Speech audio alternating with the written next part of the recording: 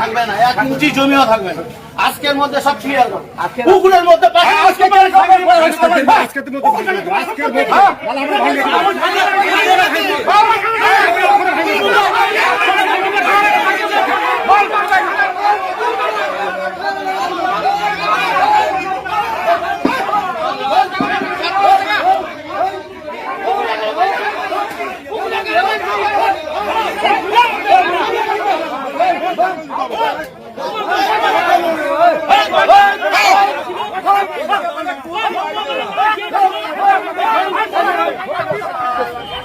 ভাঙার পরে যদি জায়গা থাকে নতুন করে কোনো কনস্ট্রাকশন করতে পারবে না, আমরা নতুন করে করতে দিব না।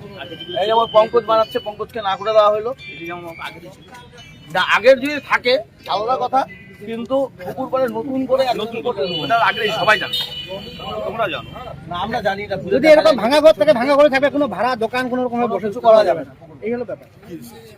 পুকুর পাড়ে কিছু করা যাবে কোনো দোকান করে না, সেটা পরবর্তী দেখা যাবে। আপাতত আমরা কিছু করতে দেবো না। যেগুলো ভাঙা যাচ্ছে ওই জায়গাগুলো যাতে অন্তত পরিষ্কার থাকে। আবার নতুন করে ঘর যেমন পলক বানাচ্ছে না করে দেওয়া হয়েছে, এবার আর পিছনে কোনো ঘর হবে না। তাদের ঘর তো দেওয়া যাবে না।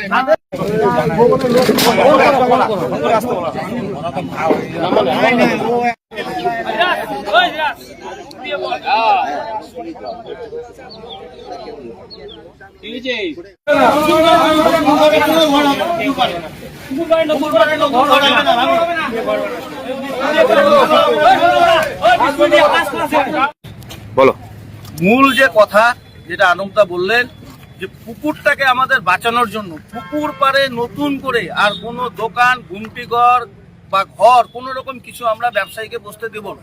কারণ এই ব্যবসায়ীরা পুকুর বন্ধ করে, পুকুরে দিনের পর দিন রাতের অন্ধকারে মাটি দিয়ে বন্ধ করে, সেখানে পায়খানা বাথরুম থেকে শুরু করে সবকিছু তৈরি করে এবং পুকুরটাকে নষ্ট করে দিচ্ছে। সেটাই আমাদের আপনাদের মাধ্যমে আবেদন, পুকুরের পাড়ে নতুন করে যাতে কেউ নতুন করে কোনো কনস্ট্রাকশন বা কোনো দোকান ঘর না বসায়। না না, আমরা ভাটাপুকুর অঞ্চলের বসবাসকারী সবাই এখানে।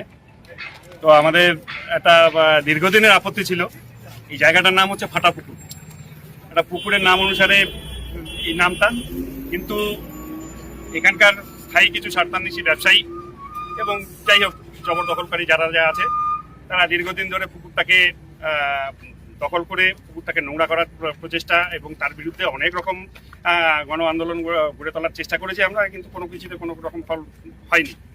তো ইদানিং আমাদের ফাটাপুকুরে একটা আন্ডারপাস হচ্ছে, সেজন্যে আবার ব্যবসায়ীদের একটা ওয়ার্নিং দেওয়া হয়েছিল, মানে এনএইচের পক্ষ থেকে, যে 13 জানুয়ারি তারা রাস্তার দুপাশ ক্লিয়ার করে পরিষ্কার করে দেবে। তা আমরা গত 2-1 দিন ধরে লক্ষ্য করছি যে তারা সামনের দিকে দোকানগুলো ভাঙছে, আবার পেছন দিকে এটা দখল করার চেষ্টা করছে। আমরা মনে করলাম যে এটা তো আবার যে সেই মানে পুকুর আর পরিষ্কার হচ্ছে না, পুকুরটা আবার জবরদখল করার চেষ্টা করছে। সেই জন্য আমরা স্থানীয় ফাটাপুকুর নিবাসী সকলে আপামর জনসাধারণ একত্রিত হয়ে আজকে এই সব ব্যবসায়ীকে, সমস্ত ব্যবসায়ীকে এটা বলার প্রচেষ্টা করলাম আমাদের পক্ষ থেকে, যে আপনারা দয়া করে এখান থেকে উঠে অন্যত্র গিয়ে ব্যবসা বাণিজ্য করার চেষ্টা করুন।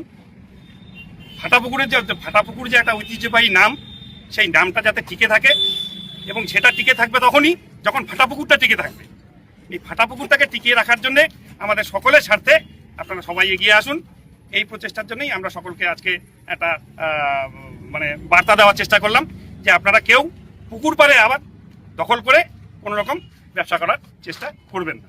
হ্যাঁ, আমাদের এই মিডিয়ার মাধ্যমে আমাদের প্রশাসনের কাছেও আবেদন, যে আমাদের এই যে ঐতিহ্যবাহী যে পুকুরটা যে আছে, সেটাকে কি করে সংস্কার করা যায়, সেইভাবে আপনারা যদি সর্বতভাবে সহযোগিতা করেন, আমরা স্থানীয় লোকজন হিসেবে যতটা আমাদের পক্ষে করণীয় সেটা আমরা করে যাব।